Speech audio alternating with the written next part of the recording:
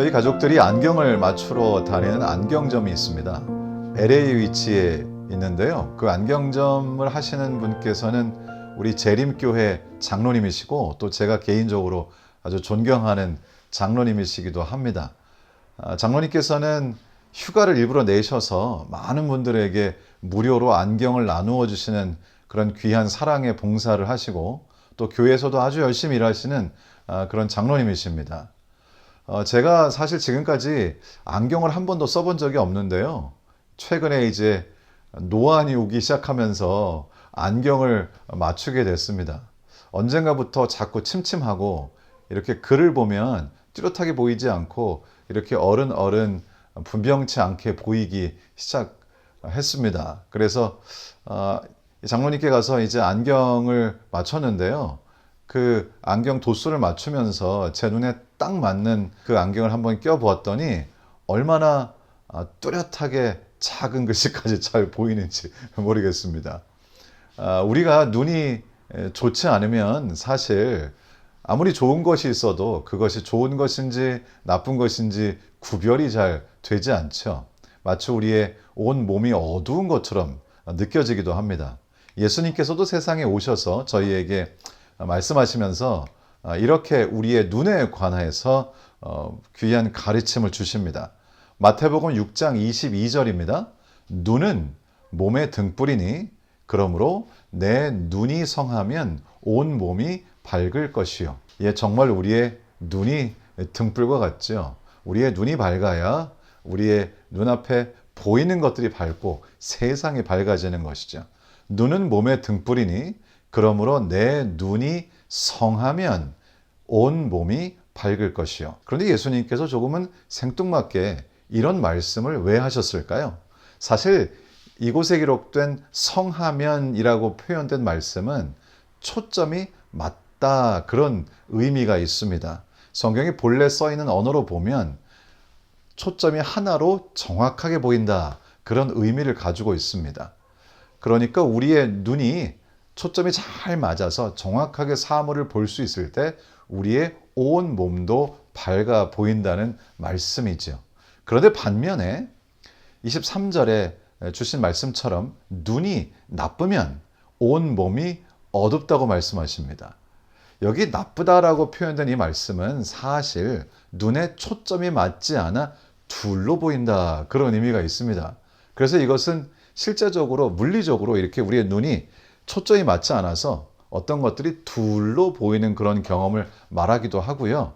또 다른 이중적인 의미는 악하다 그런 뜻입니다. 그래서 모든 것이 둘로 보이는 어떤 것들을 결정하지 못하고 사물을 볼 때 두 가지 중에 선택하지 못하는 갈등의 상황 그리고 우유부단한 태도를 표현할 때 쓰는 말입니다.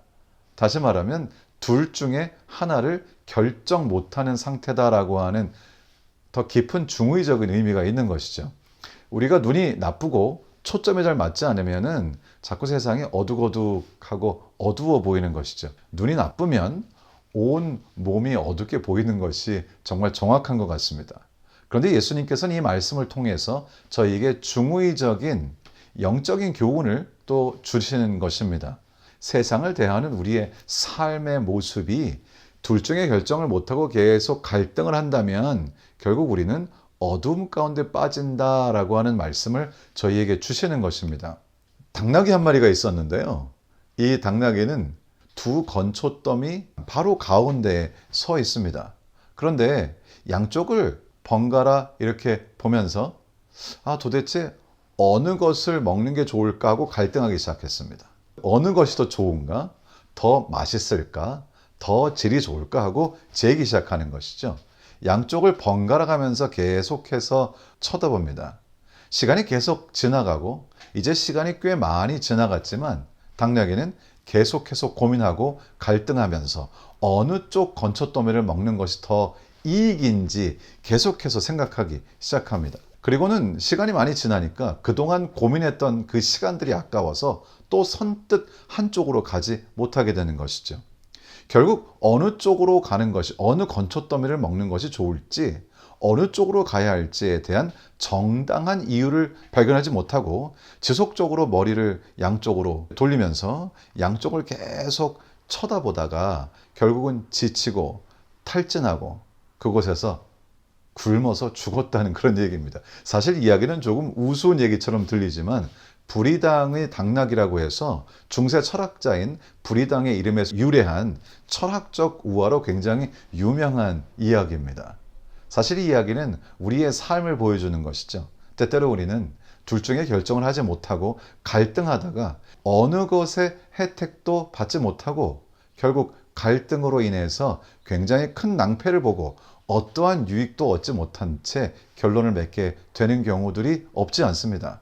예수님께서는 우리의 눈이 초점이 잘 맞아서 정확하게 우리가 가야 할 바를 알게 될 때에 우리의 삶이 밝아진다고 말씀하시고요.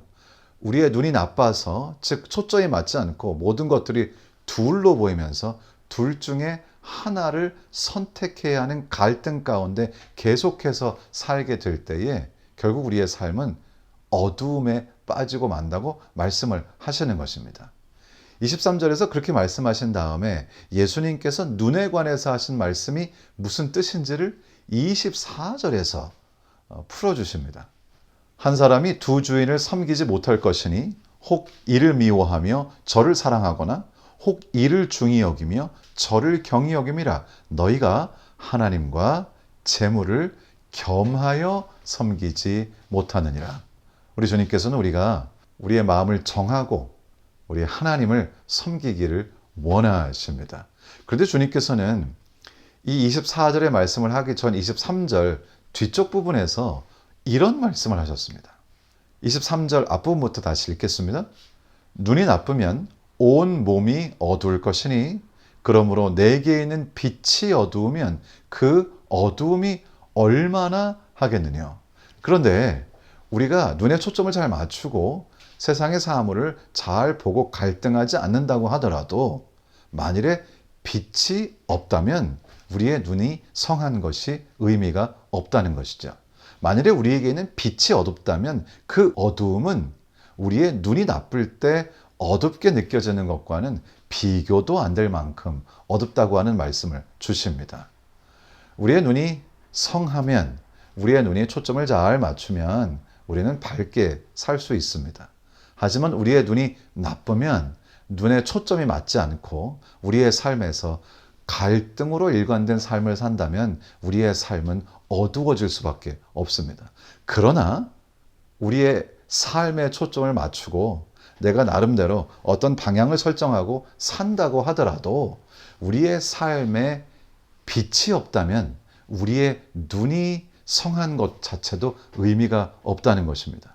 빛이 없다면 그 어두움은 비교할 수 없을 만큼 정말로 어둡게 된다고 말씀을 하시는 것입니다.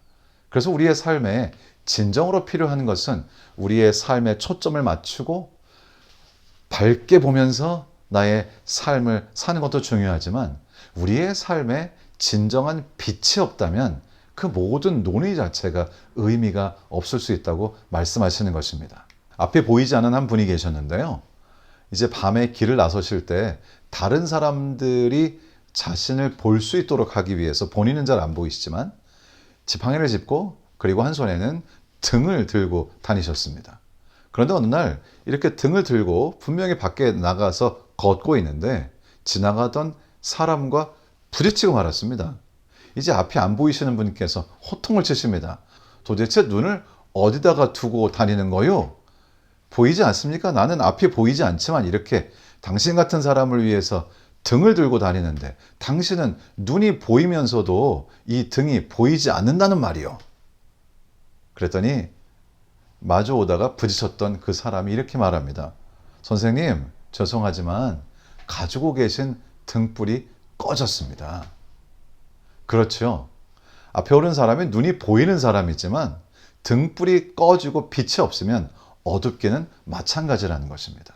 사실 어쩌면 우리의 삶에서 지속적으로 갈등이 생기고 우리의 삶이 혹시 어두워 보인다면, 내 앞길이 잘 보이지 않는다면, 내가 어디로 가야 하는지를 알 수 없다면 그것은 내 눈이 밝지 않기 때문이 아니요.